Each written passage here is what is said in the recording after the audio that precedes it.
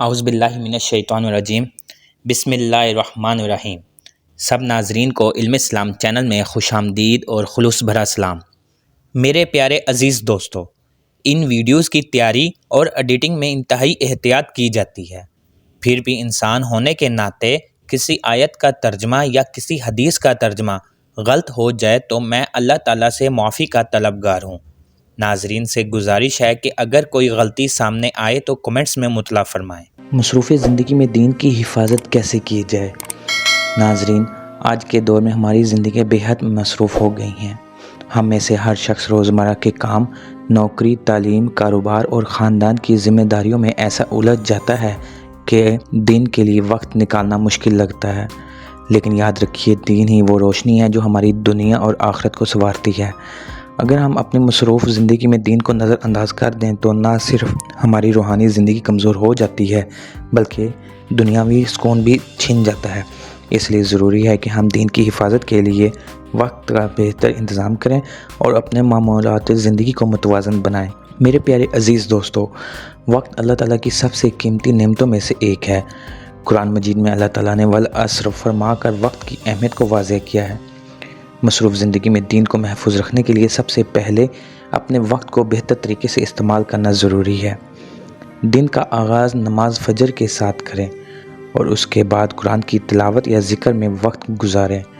غیر ضروری کاموں، موبائل فون کے بے مقصد استعمال اور فضول مشاغل سے بچیں۔ روزانہ اپنے دن کا ایک شیڈول بنائیں جس میں نماز، دینی تعلیم، کام اور خاندان کے لیے وقت مقرر ہو۔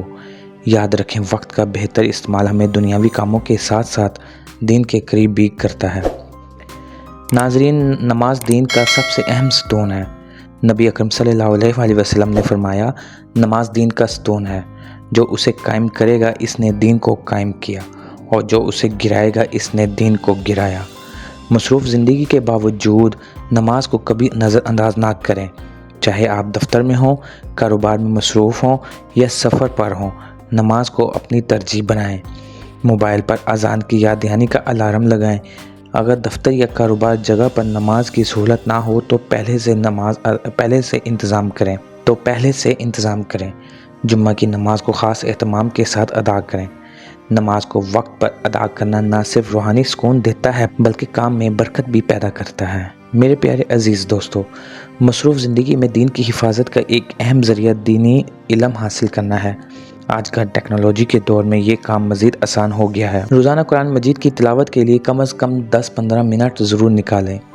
احادیث کا مطالعہ کریں اور ان پر عمل کرنے کی کوشش کریں۔ یوٹیوب، پوڈ کاسٹ اور آن لائن کورسز کے ذریعے دینی لیکچر سنیں۔ گھر والوں کے ساتھ دینی موضوعات پر بات کریں تاکہ خاندان کے افراد بھی دین کے قریب آئیں۔ ناظرین، اسلام ایک مکمل ضابطہ حیات ہے جو ہمیں دنیا اور دین دونوں کے تقاضے پورے کرنے کی تعلیم دیتا ہے۔ نبی اکرم صلی اللہ علیہ وسلم نے فرمایا، تمہارے جسم کا بھی تم پر حق ہے، تمہاری آنکھوں کا بھی تم پر حق ہے، اور تمہاری بیوی کا بھی تم پر حق ہے۔ دنیاوی کامیابی کے لیے محنت ضرور کریں لیکن آخرت کو نہ بھولیں۔ کاروبار اور نوکری میں اسلامی اصولوں کی پابندی کریں، جیسے ایمانداری، دیانتداری اور حلال کمانا۔ خاندان کے ساتھ وقت گزاریں اور ان کی دینی تربیت کریں۔ دینی محفل یا درس قرآن میں ضرور شامل ہوں۔ صبح کے اوقات فجر کے بعد قرآن مجید کی تلاوت اور ذکر سے دن کا آغاز کریں۔ دفتر یا کام کے دوران نماز کے لیے مختصر وقفہ ضرور لیں۔ شام کے بعد گھر والوں کے ساتھ بیٹھ کر دینی گفتگو یا کتاب کا مطالعہ کریں۔ ہفتہ وار منصوبہ، ہر ہفتے کسی دینی کتاب کا ایک باب یا کسی عالم کا ایک بیان سنیں۔ میرے پیارے دوستو، اگر ہم ان سب چیزوں پر عمل کرتے ہیں تو ہم اس نتیجے پہ پہنچتے ہیں کہ مصروف زندگی میں دین کو محفوظ رکھنا چیلنج ہے لیکن ناممکن نہیں۔